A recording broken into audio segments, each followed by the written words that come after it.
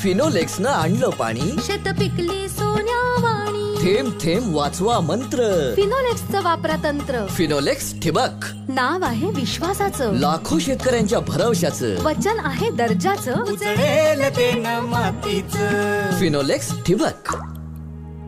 आहा, थेंब पोचला मुळापाशी. धनधान्याच्या पिकल्या राशी. फिनोलेक्स ठिबक. रत्नागिरीतील प्रसिद्ध स्वामी स्वरूपानंद सहकारी पतसंस्थेला सन 2023 आणि 24 या आर्थिक वर्षामध्ये तब्बल 7 कोटीचा निव्वळ नफा झाला आहे, तर 99.53% एवढी विक्रमी वसुली ही झाली असल्याची माहिती अध्यक्ष ॲडव्होकेट दीपक पटवर्धन यांनी दिली आहे. मोठ्या प्रमाणावर नफ्यात आहेत. सर्व शाखांचा नफा हा उत्तम पद्धतीने झालेला आहे. सर्व शाखांमध्ये व्यवहार हे अतिशय नेटके पद्धतीने वाढत आहेत आणि सगळ्यात महत्वाचं म्हणजे संस्थेच्या व्यवहारांमध्ये अत्यंत सातत्याने वाढ आपल्याला 33 वर्षात बघायला मिळते. स्वामी स्वरूपानंद पतसंस्थेचे अध्यक्ष ॲडव्होकेट दीपक पटवर्धन दरवर्षी 31 मार्च रोजीच पत्रकार परिषद घेऊन स्वामी स्वरूपानंद पतसंस्थेचा लेखाजोखा सादर करतात. त्यामुळे 31 मार्च रोजी बँक अथवा पतसंस्थेचा लेखाजोखा पत्रकार परिषदेत सादर करणारी रत्नागिरी येथील स्वामी स्वरूपानंद पतसंस्था ही कदाचित महाराष्ट्राची एकमेव पतसंस्था असावी असं बोललं जात आहे. 31 मार्चला वर्षअखेरीच्या निमित्ताने आयोजित केलेल्या पत्रकार परिषदेत मनपूर्वक स्वागत करतो. चालू आर्थिक वर्षात संस्थेने आपल्या नेहमीच्या परंपरेला पूर्ण न्याय देत उत्तम आर्थिक स्थिती राखलेली आहे. संस्थेची वसुली 99.53% इतकी विक्रमी झाली आहे. संस्थेचा निव्वळ नफा हा 7 कोटी 3 लाखांचा झालेला आहे आणि नव्याने जे CRAR म्हणजे भांडवल पर्याप्तता असं एक नवीन प्रमाण हे पतसंस्थांनी राखणं अनिवार्य केलं होतं गेल्या वर्षापासून.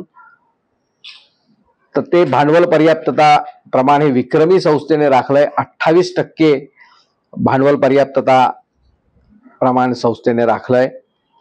संस्थेच्या सर्वच व्यवहारांमध्ये मोठ्या प्रमाणावर वाढ झाली आहे. खेळत्या भांडवलाच्या शी आपण जर तुलना केली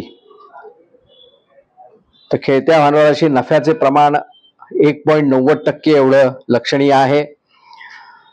व्यवस्थापन खर्चाचं प्रमाण संस्थेने पूर्ण प्रमाणबद्ध राखलंय. 1.75% एवढं खेळत्या भांडवलाशी त्या व्यवस्थापन खर्चाचं प्रमाण आहे. संस्थेच्या ठेवींमध्ये 16.50% वाढ होऊन संस्थेच्या ठेवी 308 कोटी 80 लाख झालेले आहेत. तर कर्ज वितरणामध्ये 18.18% एवढी वाढ म्हणजे आज 31 तारखेचा आहे त्यामुळे या आर्थिक वर्षात म्हणतो मी, या आर्थिक वर्षाच्या अखेरीला 18.18% एवढी लक्षणीय वाढ संस्थेने केली. 215 कोटी 11 लाखांची कर्ज आजच्या तारखेला संस्थेच्या बॅलन्स शीटला येणे कर्ज म्हणून दिसत आहेत. संस्थेच्या गुंतवणुकांमध्ये लक्षणीय वाढ झाली आहे. 145 कोटीची बँक गुंतवणूक संस्थेची झालेली आहे. महत्वाचं म्हणजे NPA हा 0% ठेवण्यात संस्था याही वर्षी यशस्वी झाली. ग्रॉस NPA हा केवळ 0.83% इतका नगण्य राखण्यात संस्था यशस्वी झाली आणि त्यामुळे संस्थेची वसुली आपण म्हटलं तर 99.53% एवढी वसुली झाली आहे. संस्थेच्या 9 शाखांची वसुली ही 100% झालेली आहे.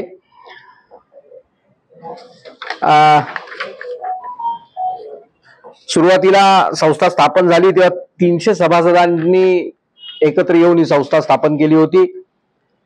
आज ही संख्या 44,889 इतक्या मोठ्या प्रमाणाने वाढलेली आहे. 44,889 सभासदांचा सक्रिय सहभाग या अर्थकारणामध्ये आहे. त्यामुळे हे अर्थकारण अधिक गतिमान पद्धतीने पुढे जात आहे. साधारणपणे 20,746 कर्जदारांनी संस्थेमध्ये कर्ज घेतलंय आणि 19,500 ठेव खात्यांच्या माध्यमातून आता ज्या सांगितल्या त्या 308 कोटींच्या ठेवी या संस्थेकडे जमा झाल्या आहेत. संस्थेचा नफा हा अत्यंत महत्वाचा विषय आहे. सहकारामध्ये नफाखोरी करण्याला कोणतीही संधी नसते किंवा असं उद्दिष्ट ठेवायचं नसतं. मात्र नफाखोरी करायची नसेल याचा अर्थ नफा कमवायचा नाही असा होत नाही. कुठचाही आर्थिक व्यवसाय जर अधिक प्रभावी पद्धतीने पुढे न्यायचा असेल तर तुमचा नफा किती आहे यावरच पुढचं गणित अवलंबून असतं. आणि संस्थेने 7 कोटींची वेस ही यावर्षी ओलांडली.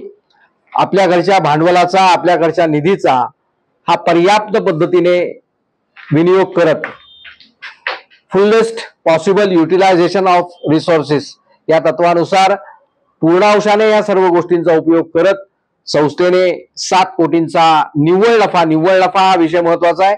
निव्वळ नफा याचा अर्थ बाकीच्या सगळ्या तरतुदी करून सर्व खर्च अपेक्षित असणारे सर्व कर्जांच्या बाबतीत योग्य प्रकारची तरतूद करून जे निव्वळ शिल्लक राहतं तो निव्वळ नफा हा 7 कोटीचा झालेला आहे. महत्वाचं म्हणजे संस्थेचा इमारत निधी हा 21 कोटींचा झालेला आहे. तर संस्थेची गंगाजळी 13 कोटीच्या वरती गेलेली आहे. त्यामुळे एकंदर अर्थकारणाचा बाज लक्षात घेतला, परिस्थिती लक्षात घेतली तर संस्थेची आर्थिक स्थिती ही अधिक उन्नत झालेली आहे, अधिक स्ट्रॉंग झालेली आहे असं म्हटलं तर कोणतीही अतिशयोक्ती ठरणार नाही. एक विश्वासार्ह संस्था म्हणून उत्तम नियोजन करून पतसंस्थेने आपले सर्व व्यवहार वर्षभरामध्ये केले. 20,000 पेक्षा अधिक कर्जदारांना कर्जाची सेवा उपलब्ध करून देता आली. 19,500 ठेव खात्याच्या माध्यमातून ठेवी संकलित करता आल्या. याचा अर्थ संस्थेच्या पाठीमागे जनसामान्यांचं पाठबळ आहे आणि या पाठबळाच्या जोरावर संस्था अधिक मार्गक्रमण वेगाने करते आहे. संस्थेचा स्वनिधी हा सर्वात महत्वाचा निधी मानला जातो. हा संस्थेचा स्वनिधी 43 कोटींचा झालेला आहे. म्हणजे कुठच्याही संस्थेला त्यांचा स्वनिधी किती, आर्थिक संस्थेला स्वनिधी किती याचं महत्व अनन्यसाधारण असतं. 33 वर्ष व्यवसाय केल्यानंतर ज्या पद्धतीने आपण ताक घुसवून त्याच्यातून लोणी काढतो त्याच पद्धतीचा हा स्वनिधी असतो. एकंदर सगळ्या व्यवहारांमधनं घुसळण होऊन जे संस्थेचे स्वतःचं भांडवल निर्माण होतं की ज्याला कोणतंही बाह्य दायित्व नसतं असा 47 कोटींचा स्वनिधी हा संस्थेकडे आज जमा आहे. मगाशी मी म्हटलं त्याप्रमाणे 145 कोटींच्या ज्या गुंतवणुका आहेत त्या गुंतवणुका सहकार कायद्याप्रमाणे अपेक्षित. स्वामी स्वरूपानंद पतसंस्थेचे अध्यक्ष ॲडव्होकेट दीपक पटवर्धन यांनी पतसंस्थेचा सविस्तर अहवाल पत्रकार परिषदेत सादर केलाय. बाह्य दायित्व नसतं असा 47 कोटींचा स्वनिधी हा संस्थेकडे आज जमा आहे. मगाशी मी म्हटलं त्याप्रमाणे 145 कोटींच्या ज्या गुंतवणुका आहेत त्या गुंतवणुका सहकार कायद्याप्रमाणे अपेक्षित असलेल्या बँकांमध्ये आपण केलेल्या आहेत. कोणत्याही प्रकारची रिस्क न घेता 25% रक्कम ही SLR मध्ये गुंतवावी लागते. त्याप्रमाणे ती रक्कम गुंतवलेली आहे. तसंच संस्थेच्या वेगवेगळे जे निधी केलेले आहेत त्या निधींची ही स्वतंत्र गुंतवणूक, आता जर सांगितलं मी 21 कोटीचा इमारत निधी आहे, 13 कोटी गंगाजळी, असे अनेक निधी संस्थेने निर्माण केलेत. त्या निधींची स्वतंत्र गुंतवणूक ही संस्थेने सहकार खात्याच्या निर्देशाप्रमाणे केलेली आहे. मगाशी मी म्हटलं की संस्थेने आपले खर्च मर्यादित राखलेत. खेळत्या भांडवलाच्या प्रमाणात जर बघितलं तर 2% खर्च हा अलावेबल असतो.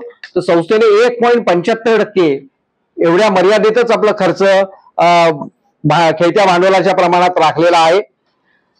आणखी लक्षणीय गोष्ट सांगायची म्हणजे मोठ्या खर्चांचा विचार केला तर संस्थेने ठेवीवरचं व्याज अदा करण्यासाठी 19,54 रुपये खर्च केलेला आहे. म्हणजे जे ठेवीवर व्याज आपण देतो ते 19,54 लाखांचं संस्थेला द्यावं लागलं. वेतनावर 3,15,00,000 खर्च करावा लागला. तर एजंट कमिशन म्हणजे पिग्मी एजंटला कमिशन देण्यासाठी 59,56,000 रुपये खर्च करावे लागले. त्याचबरोबर आता उत्पन्नाची बाजू जर बघितली तर मी आता जे म्हटलं 20,000 कर्जदारांना संस्थेने कर्ज दिलंय. त्या कर्जदारांकडून 23,20,00,000 रुपयांचं व्याजाचं उत्पन्न संस्थेला प्राप्त झालं. संस्थेने ज्या 145 कोटीच्या गुंतवणुका केल्या त्या सर्व गुंतवणुकांवर मिळून वर्षभरामध्ये 9,03,00,000 रुपयांचा व्याज हे संस्थेला उत्पन्न म्हणून मिळालं. इतर उत्पन्नामध्ये 1 कोटी हे इतर उत्पन्न संस्थेला मिळालं. अशा पद्धतीने संस्थेने आपला खर्चाची बाजू, संस्थेने आपल्या उत्पन्नाची बाजू ही पूर्णपणे नियंत्रणात ठेवलेली आहे आणि योग्य पद्धतीने नियोजन करून योग्य पद्धतीने पैशाचा वापर केल्यामुळे संस्थेला उत्तम असा नफा झालेला आहे आणि संस्थेच्या एकंदर व्यवहारामध्ये मोठ्या प्रमाणावर वाढ झालेली आपल्याला पाहायला मिळते. संस्थेचा संमिश्र व्यवसाय हा 523 कोटींपेक्षाही अधिक झालेला आहे. त्यामुळे नवीन आर्थिक वर्षामध्ये संस्थेच्या ठेवींमध्ये आणखीन 100 कोटींची वाढ करणं, संस्थेच्या कर्ज व्यवहारामध्ये आणखीन 100 कोटींची वाढ करणं आणि गेल्या 5 वर्षामध्ये सुरू न केलेल्या नवीन 5 ब्रँच या कोणत्याही स्थितीत या आर्थिक वर्षामध्ये सुरू करणं हे आमचं उद्दिष्ट राहणार आहे. लवकरच संस्थेच्या स्वमालकीचं प्रधान कार्यालय रत्नागिरी शहरामध्ये आपल्याला पाहायला मिळेल. त्याहीसाठी आवश्यक असणारी तरतूद संस्थेने पूर्ण केलेली आहे. लवकरच नवीन अद्ययावत अशा कार्यालयामध्ये ज्या ठिकाणी प्रशस्त अशी जागा असेल अशा ठिकाणी संस्था आपलं कार्यालय स्थलांतरित करेल. त्या संदर्भातली प्राथमिक काही गोष्टी आता सुरू आहेत. नवीन आर्थिक वर्षामध्ये हे मूर्त स्वरूपात नेण्याचा आमचा प्रयत्न राहणार आहे. धन्यवाद. आता काय तुम्ही महाराष्ट्रातील तसेच कोकणातील महत्त्वाच्या बातम्या पाहण्यासाठी कोकण 24 तास न्यूज चॅनलला YouTube वर सबस्क्राईब करा आणि बेल आयकॉन प्रेस करा.